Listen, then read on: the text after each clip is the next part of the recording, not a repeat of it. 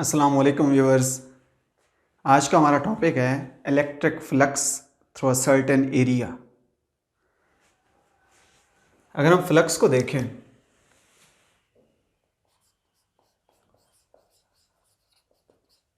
Electric flux, अगर मैं flux को जनरली डिफाइन करूं, फ्लक्स होता है flow of something through an area is called flux. अगर हवा किसी एरिया से विंडो से गुजरती है, हम कहते हैं हवा का फ्लक्स इतना है।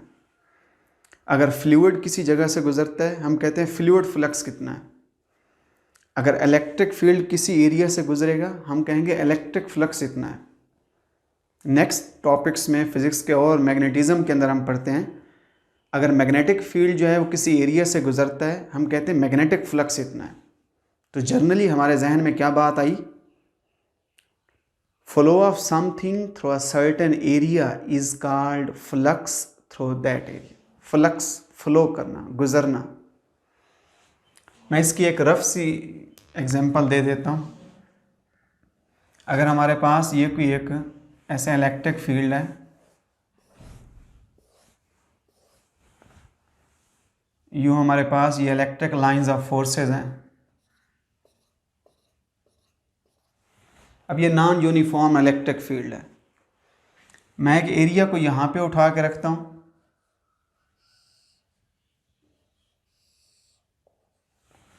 अब इसमें से कितनी लाइंस गुजरती हैं, 1 2 3 4। मैं कहता हूँ फ्लक्स किसके बराबर है, 4 है। अगर यही एरिया, एग्जैक्टली यही एरिया मैं उठा के यहाँ रख देता हूँ, मैं कहता हूँ इससे कितनी लाइंस गुजरती हैं, 2। इसमें से फ्लक्स क्या है, वो सर्टेन यूनिट्स में फ्लक्स की कीमत हम कहते हैं 2 है। ये एक रफ सी उसकी एग्जांपल है।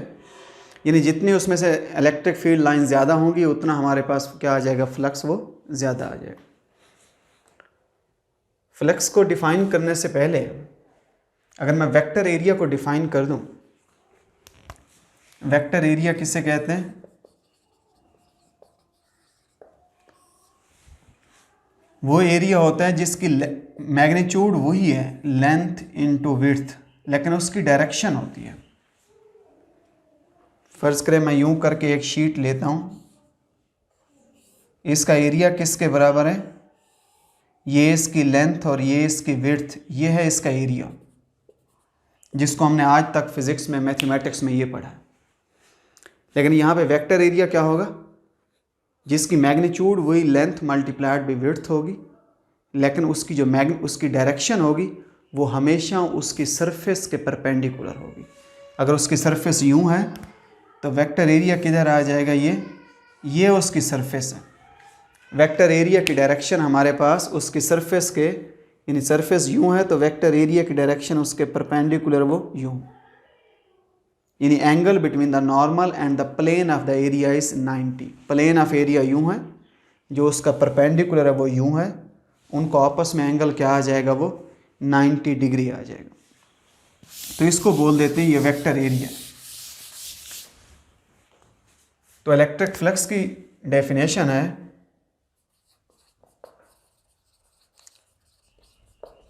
Dot product of electric intensity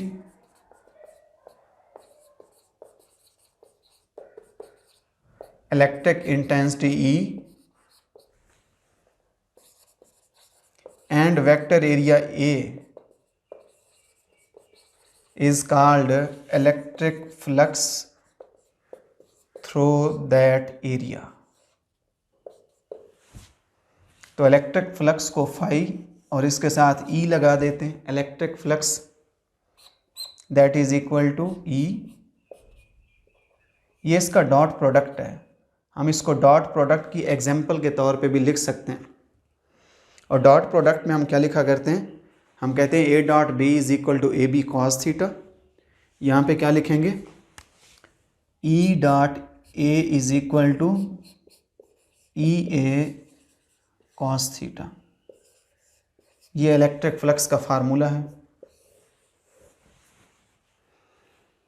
अगर मैं इसके यूनिट्स को लिखूं,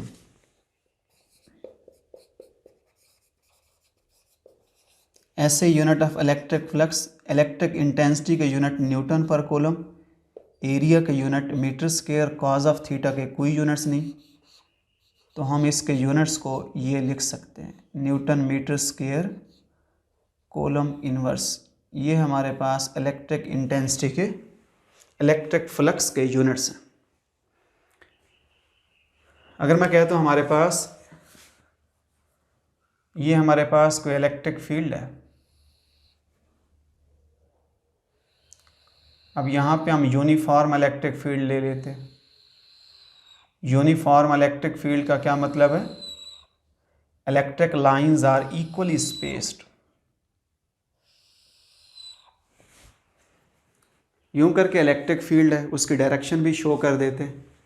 यहाँ पे मैं ये एक एरिया रख देता हूँ,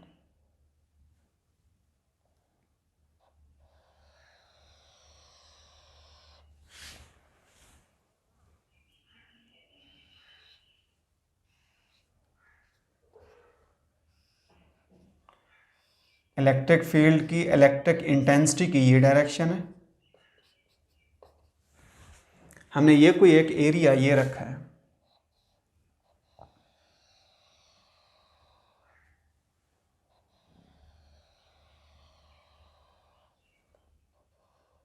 ये एरिया है। एरिया की मैग्नीट्यूड क्या आ जाएगी? उसकी ये लेंथ मल्टीप्लाइड बाई ये इसकी विड्थ।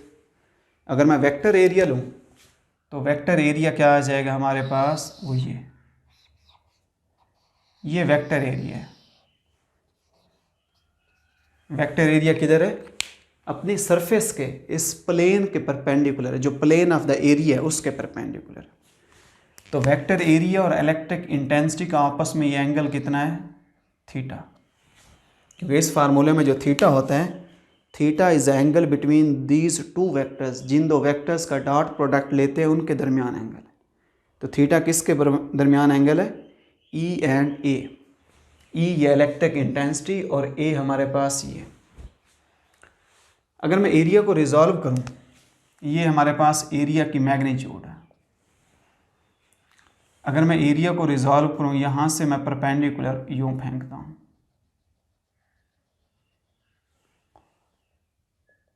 जो इस लाइन को ये इंटरसेक्ट करता है। यहां से हम दूसरा भी उसको शो कर सकते हैं। अगर हम चाहें तो हम उसकी ये डायग्राम भी ऐसे लाइन खींच के हम कहते हैं ये हमारे पास क्या है? ये एरिया है जो इलेक्ट्रिक इंटेंसिटी के यूं परपेंडिकुलर है, ये एरिया है जो इलेक्ट्रिक इंटेंसिटी के यूं करके पैरेलल है। अगर यहाँ पे एंगल थीटा है तो फिर ये वाला एंगल भी किसके बराबर होगा? थीटा। इस एंगल को भी हम क्या शो कर देते हैं? वो थीटा। थीटा के सामने वाला एरिया का कौन सा कंपोनेंट बनेगा? Sign component. ये वाला एरिया का कौन सा कंपोनेंट बनेगा?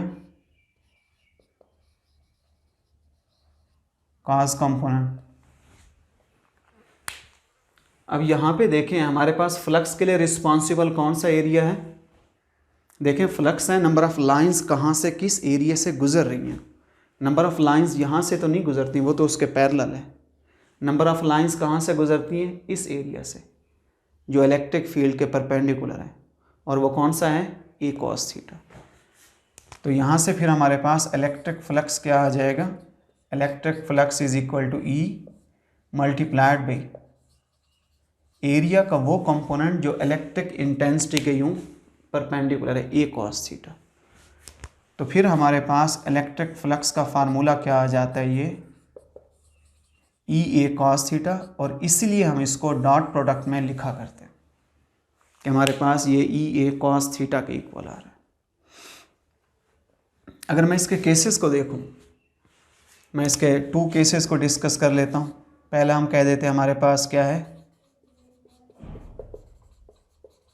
मैक्सिमम इलेक्ट्रिक फ्लक्स का केस है। मैक्सिमम इलेक्ट्रिक फ्लक्स में इलेक्ट्रिक फील्ड इधर है,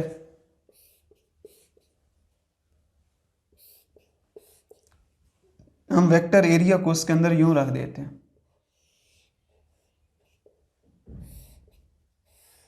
वेक्टर एरिया इलेक्ट्रिक फील्ड भी इधर है। वेक्टर एरिया को हमने यूं करके ऐसे परपेंडिकुलर, उसके प्लेन परपेंडिकुलर है। लेकिन अगर मैं इसका वेक्टर एरिया देखूं, वेक्टर एरिया अपनी सतह के परपेंडिकुलर वो इधर होगा। ये उसकी प्लेन है, ये उसकी सरफेस है। वेक्टर एरिया हमेशा अपनी सरफेस के परपेंडिकुलर वो यूं होगा। अब इस केस में इलेक्ट्रिक इंटेंसिटी और एरिया आपस में क्या आ जाते हैं, पैरेलल। तो इनके दरमियान में थीटा क्या आ जाएगा, वो ज़ीरो। अगर थीटा ज़ीरो हम इस केस में इसमें या यहाँ पे पुट करें तो इलेक्ट्रिक फ्लक्स क्या आ जाएगा,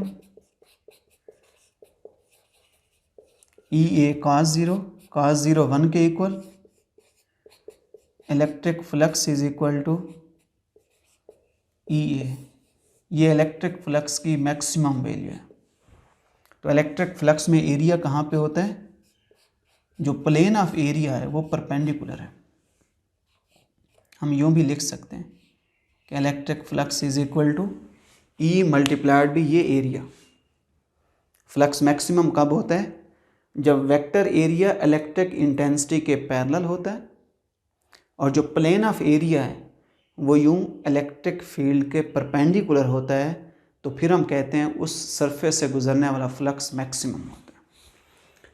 अगर मैं सेकंड केस उसका डिस्कस कर दूं, मिनिमम फ्लक्स का,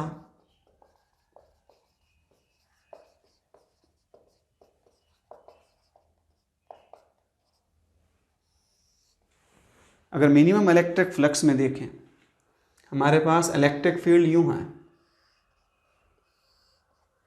ये इलेक्ट्रिक इंटेंसिटी है।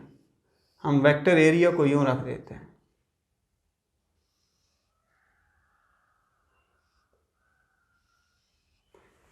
अब इस केस में जो प्लेन ऑफ एरिया है वो इलेक्ट्रिक इंटेंसिटी के पैरेलल है। इलेक्ट्रिक इंटेंसिटी भी यूं ही है, प्लेन भी यूं ही पड़ा है, लेकिन इसका वेक्टर एरिया किधर होगा, अपने सरफेस के परपेंडिकुलर इस डायरेक्शन में। इलेक्ट्रिक इंटेंसिटी का वेक्टर एरिया के साथ एंगल कितना आ जाएगा, 90। तो इस केस में थीटा हम क्या पुट करेंगे, theta is equal to 90। Electric flux क्या आ जाएगा, ई ए काज थीटा की जगह क्या आ जाएगा, 90। काज 90 किसके बराबर है, 0। सो इलेक्ट्रिक फ्लक्स क्या आएगा, 0। तो ये हमारे पास उसके 2 स्पेशल केसेस हैं कि फ्लक्स मैक्सिमम कब होगा, फ्लक्स मिनिमम कब होगा। और ये उसका एक जर्नल उसका फार्मूला है कि फ्लक्स जर्नली हमारे पास होता क्या है। अगर किसी एरिया को इलेक्ट्रिक इंटेंसिटी के साथ हम इस एंगल पे रखेंगे तो फिर हम उसका फ्लक्स मालूम करते हैं। फ्लक्स क्या आता है, वो ये आता है। तो ये इलेक्ट्रिक फ्लक्स का हमने छोटा सा टॉपिक पढ़ा है। आप इसको रिवाइज करें, इसको तैयार करें। अगर कहीं कोई प्रॉब्लम आपको फील होता है, आपको कोई क्वेश्चन, कोई चीज़ आपके जहन में नहीं आ रही, मुख्तलिफ एंगल्स पे फ्लक्स हम मालूम कर सकते हैं, MCQs दे सकते हैं। आप इसको इस तरीके से देखें, ऑब्ज़र्व करें। अगर फिर भी कोई प्रॉब्लम आ रहा है तो आप कमेंट्स करें, मैं इंशाल्लाह आपको उसका तसल्ली बख्श जवाब दूंगा। Thank you so much.